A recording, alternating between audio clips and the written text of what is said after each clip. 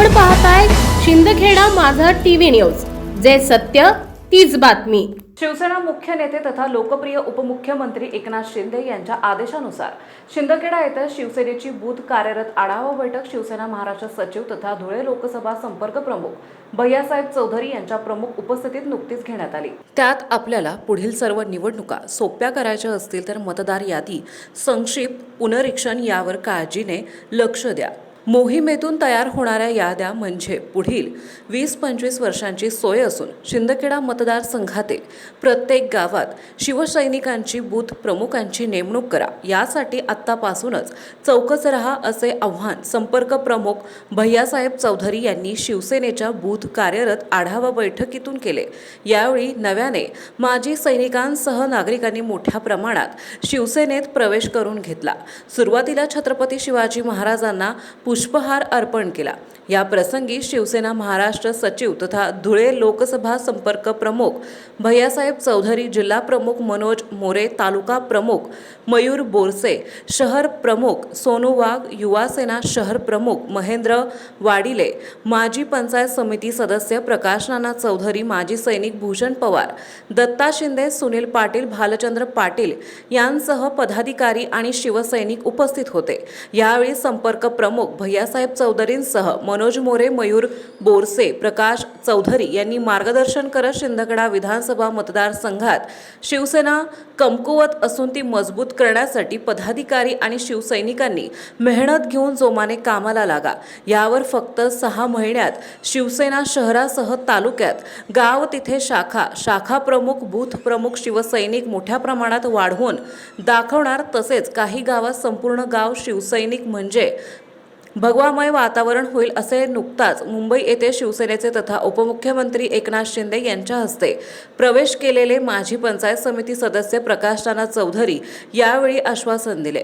यावेळी शिवसेनेत माजी सैनिक खानदेशी रक्षक ग्रुप तालुका अध्यक्ष ज्ञानेश्वर रजे सिंह गिरासे, प्रमोद जगन्नाथ गुरव, शांताराम मंगा जाधव, पांडुरंग पवार साहेब, कैलास दुडुके मराठे, सोमनाथ सीताराम बडगुजर यांच्यासह मालपूर येथून गायत्री पाटील, रावसाहेब पाटील, देवी येथून पदमसिंह गिरासे, गुलजार सिंग गिरासे, तर शिंदखेडा येथून बडगुजर समाजाचे उपाध्यक्ष गुलाबराव बडगुजर, रमेश चौधरी, रघुनाथ कोळी, महिला वर्गातून शोभाताई पाटील, उषाताई चौधरी, शीतल चौधरी, वैशाली चौधरी, गायत्री पाटील यांच्यासह मोठ्या प्रमाणात प्रवेश सोहळा संपन्न झाला। प्रास्ताविक प्रकाश नाना चौधरी तर सूत्रसंचालन आणि आभार भूषण पवार यांनी केले। आढावा बैठक खेळीमेळीच्या वातावरणात संपन्न झाली। माऊली देवरे ज्यांचा मागच्या काही दिवसापूर्वी आदरणीय शिंदे साहेबांच्या प्रमुख उपस्थितीत प्रवेश झाला ते प्रकाश नाना चौधरीजी या तालुक्याचे तालुका प्रमुख शिवसेनेचे कार्यकर्ते महिला। खरं तर आज या ठिकाणी बैठक जे आपल्याला माहिती की मागच्या काही दिवसापूर्वी 15 दिवसापूर्वी जे लोक जळगावच्या बैठकीला उपस्थित होते त्यांना माहिती की बैठक करण्यासाठी आज त्या आज दिवसभरामध्ये जवळजवळ बागलाण असेल, धुळे असेल, धुळे ग्रामीण असेल आणि आता ही सिंदखेडा ही 4थी बैठक त्या ठिकाणी होते।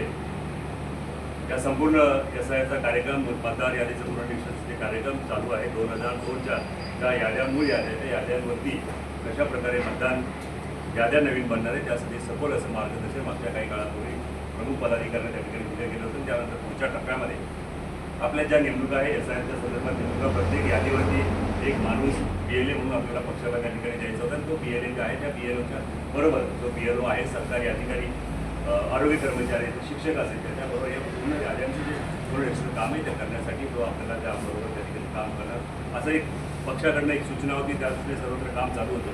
परंतु आज मी जेव्हा या ठिकाणी आलो तर मला असं वाटतं त्या संदर्भात काही मीटिंग होईल, बैठक होईल।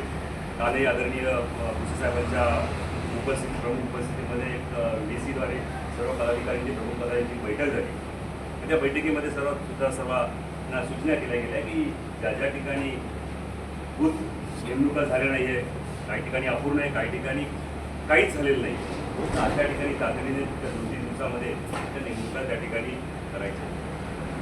धुळे शहरामध्ये तालुका प्रमुखपासून काम केलं। तालुका प्रमुख, जिल्हा लेवलला, शहर लेवलला, आधी ग्रामपंचायत सदस्यापासून पंचायत समिती, जिल्हा परिषद सगळं आपण मला केलं।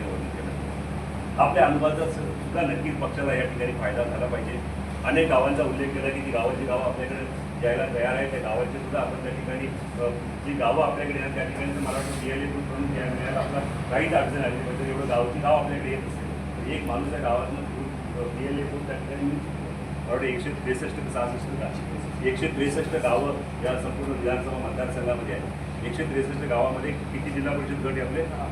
10 जिल्हा परिषद गट आहे. 10 जिल्हा परिषद गटावरती प्रत्येक गटावरती जर 2-2 कार्यकर्त्यांची मला वाटतं म्हणून बहुत जबाबदारी दिली तर 2-2 कार्यकर्ते याच्यावरती जे आहे आपल्याबरोबर आलेले जर 2-2 कार्यकर्त्यांची जबाबदारी दिली त्याने जर जिल्हा परिषद गट आणि गट असे गटामध्ये 2 जे भाग आहे ते जर वाटून घेतले तर मला वाटतं की पुढच्या 2 दिवसामध्ये त्या नेमणुका करणं काही अवघड होणार नाही. मला हे सुद्धा माहिती आहे की हा जेव्हा मागच्या काही काळामध्ये या ठिकाणी निवडणूक आता तुम्ही तुमचे लोक आज पण जे थांबून गेले ना जागेवर त्यांना म्हणा आता नवीन एक संधी आपण निर्माण करू, इथे काम करू.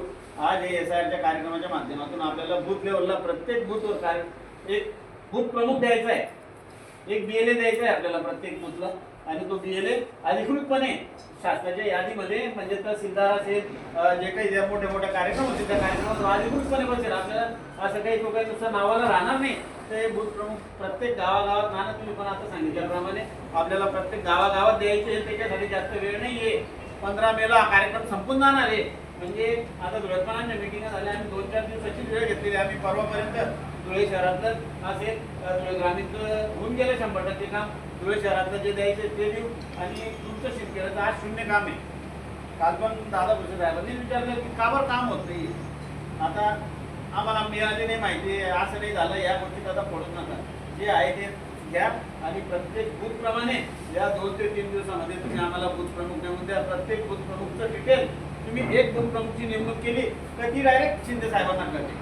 तिथे म्हणजे तो आधी तो ऑफलाईन जात होतो त्याच्या कदाचित ते काय जे बूथ प्रमुख राहतील यांना पक्षाकडून फोन पण येतील.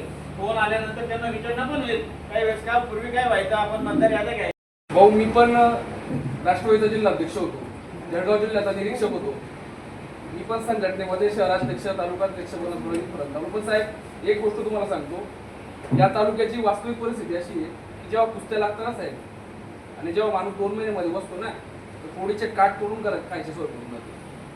ज्या पद्धतीने ह्या गोष्टी या तालुक्यात घडल्यात आमच्यासोबत. ज्यावेळेस प्रवेश केला साहेब मी 6 सरपंच घेऊन आलो होतो. 6 सरपंचापैकी एकच सरपंच शिल्लक 5 अपात्र होऊन गेले आणि एकाचा परवा घर काढून गेले अतिक्रमण. शेवटी कार्यकर्ता ज्यावेळेस आपल्या विश्वासावर येतो आणि तो जेव्हा आपल्या विश्वासावर गावात कुस्ती लढत असतो ना तर त्याला काय लागतं, त्याच्यासाठी पोलीस स्टेशन वगैरे तहसीलदार वगैरे या गोष्टीसाठी काय तोंड द्यावं लागतं. भाऊ संघटना वाढत नाही. भाऊ मी तुम्हाला सांगतो आठवड्यात 15 दिवसात एकदा हायकोर्टात जावं लागतं. हे दुःख सांगायचं कुणी आम्हाला. आजपर्यंत कोणी असा कलंक म्हणून लावलेला नाही. निरंकपणे आजपर्यंत 35 वर्षाच्या कारकिर्दीमध्ये आम्ही सेवा लोकांची केलेली आहे. आणि या गेल्या 15 वर्षापासून भारतीय जनता पार्टीमध्ये आमच्यासारख्या जुन्या जाणत्या सगळे माझ्यासह अनेक जुने कार्यकर्ते आणखी जास्त तुम्हाला सगळे पाहायला मिळतीलच. ते 50-60 कार्यकर्ते असे आहेत आमचे तालुक्यामध्ये. तिथे सगळे नाराज आहेत आणि त्यांचं असं म्हणणं आहे की आपली मनापासून लोकांची सेवा करायची इच्छा असताना सुद्धा आम्हाला त्या ठिकाणी प्रत्येक ठिकाणी जाणून लागली. लोकांची सेवा करायची संधी त्यांना मिळू नये. जणू काही त्यांना आम्ही काहीतरी रेसमध्ये वाटतो का काही आमदार होऊन जाईल, खासदार मंत्री वगैरे होऊन जाईल असं काही लोकांना वाटतं. तर त्यांच्या आमचं तर काही त्यांच्याबरोबर रेस नव्हती. पण छोट्या मोठ्या ठिकाणी आम्ही जसं आम्ही सरपंच झालो, पंचायत समितीवर झालो, जिल्हा परिषद अशा ठिकाणी ज्या ठिकाणी आमची इच्छा असते लोकांची सेवा करून घेण्याची त्या ठिकाणी सुद्धा आम्हाला प्रत्येक ठिकाणी आजपर्यंत आणून लागतो. आणि मनामध्ये ती एक ठक्कत नेहमीच राहिली. आणि जर का आम्ही उभंच राहू अपक्ष म्हणून पण तर तिथं कसं पाडता येईल असं सर्व नियोजन या गेल्या 15 वर्षामध्ये आम्हाला आजपर्यंत करण्यात आलं. आणि म्हणून ती ठक्कत आमच्या मनामध्ये होती. म्हणून या सगळ्या कार्यकर्त्यांमध्ये आहे. आणि असे अनेक कार्यकर्ते तालुक्यामध्ये शेकडो हजारो कार्यकर्ते असे आहेत की त्यांच्या मनामध्ये जी फार मोठ्या प्रमाणात ठक्कत आहे. आणि त्यांनी मला अनेकदा बोलूनही टाकले. या दिवशी आम्ही मुंबईला आलो, फार मोठी यादी होती. परंतु त्या ठिकाणी आम्ही बऱ्याच लोकांना नेलं आणि त्या ठिकाणी तुमच्या उपस्थितीमध्ये त्या ठिकाणी आम्हाला प्रवेश मिळाला. आणि आम्ही शिवसेनेचे यापुढे फार जोमाने काम करू अशी आमची प्रामाणिकपणे इच्छा आहे. शिवसेना वाढणीसाठी आता आता काय कोणाला आरोप वगैरे आपल्याला करायचा नाही. या आता नगण्य परिस्थिती शिवसेनेची आहे. शिंदखेडा तालुक्यामध्ये सदस्य सुद्धा फार कमी प्रमाणामध्ये आहे आपल्या गटाचे. उद्धव बाळासाहेब ठाकरे गटाची आहे, त्यांच्या बॉडी आहेत, त्यांच्या सगळ्या कार्यकर्ते आहेत. मी त्यांच्या वतीवर पण चालू आहे, आंदोलनं चालू आहे. परंतु आपली परिस्थिती फार नाजूक आहे. जसं या ठिकाणी आपल्याला नमूद केली ही नगण्य परिस्थिती आपली आहे आज.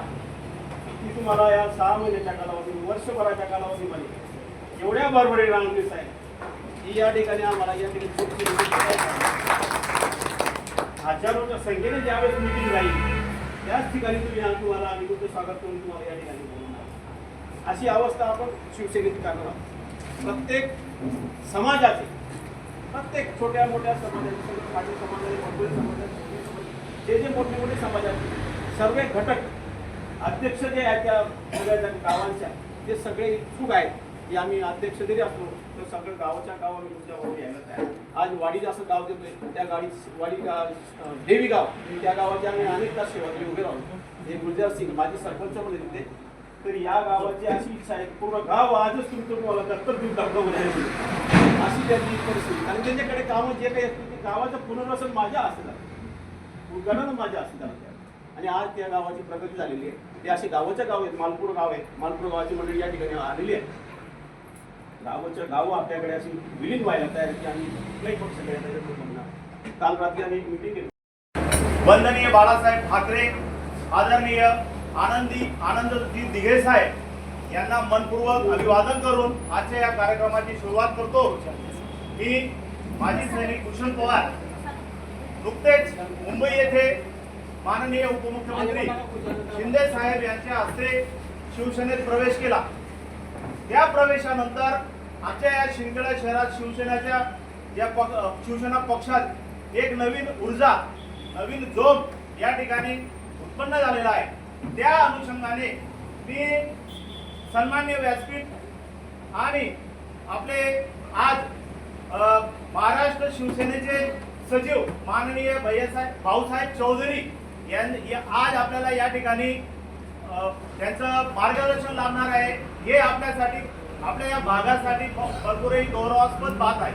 तरी मी आपल्या या शिंदखेडा शहराचे शहराध्यक्ष आणि प्रकाशनाथ चौधरी यांना विनंती करतो की माननीय भाऊसाहेब चौधरी यांचा पुष्पगुच्छ देऊन. शिंदखेडा न्यूजसाठी मुख्य संपादक यादवराव सावंत.